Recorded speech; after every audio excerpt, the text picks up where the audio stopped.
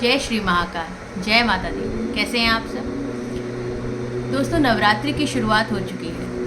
कहते हैं कि अश्विन मास में माँ दुर्गा ने महिषासुर पर आक्रमण कर 9 दिनों का युद्ध किया और उस युद्ध के बाद 10वें दिन उसका वध किया। इसीलिए हम इन 9 दिनों को मनाते हैं माँ के शक्ति के रूप में, उस शक्ति को समर्पित करते हैं। नवरात्रि का अर्थ है 9 रात्रि, यानी 9 अहोरात्रि। नव अहोरात्रि मतलब ऐसी 9 रात्रियाँ जब यंत्र तंत्र मंत्र सिद्धियाँ प्राप्ति के लिए बहुत ही अच्छा अवसर होता है। एक और भी मान्यता है कि जब ब्रह्मा जी ने भगवान श्री राम को चंडी माता की पूजा का और हवन का, उनको प्रसन्न करने की संपूर्ण विधि बताई थी, तो रामचंद्र जी ने रावण से युद्ध से पहले चंडी माता को प्रसन्न करने के लिए पूजा पाठ किया और उस हवन के बाद माता रानी को 108 कमल के फूलों का चढ़ावा चढ़ना था। राम जी ने अपने सैनिकों को भेजा और 108 कमल के फूल मंगवाए। जब रावण को ये ज्ञात हुआ तो उसने उस 108 पुष्पों में से एक पुष्प गायब कर दिया।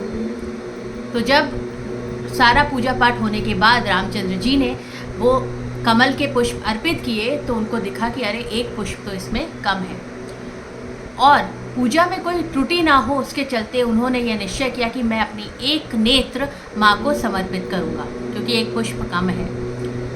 वो ऐसा करते उससे पहले ही चंडी माता ने प्रकट होकर उनको आशीर्वाद दिया और बोला कि मैं आपसे प्रसन्न हूँ। इसलिए इसके बाद प्रतिपदा से लेकर नवमी तक भगवान श्री राम ने व्रत रखा, माता का पूजन किया, और वो एक पहले राजा ह्यूमन ऐसे हैं जिन्होंने नवरात्रि रखना शुरुआत की।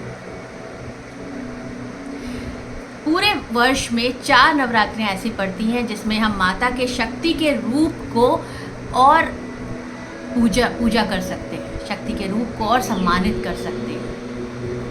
क्योंकि अश्विन मास में शरद ऋतु प्रारंभ हो जाती है, इसलिए हम इस नवरात्रि को शारदीय नवरात्रि कहते हैं। दूसरी नवरात्रि अप्रैल के समय में पड़ती है चैत्र नवरात्रि, और 2 गुप्त नवरात्रियाँ पड़ती हैं जो स्पेशली जो लोग सिद्धियाँ करना चाहते हैं, जो लोग तंत्र में हैं, वो इस नवरात्रियों को और ज़्यादा पूजते हैं।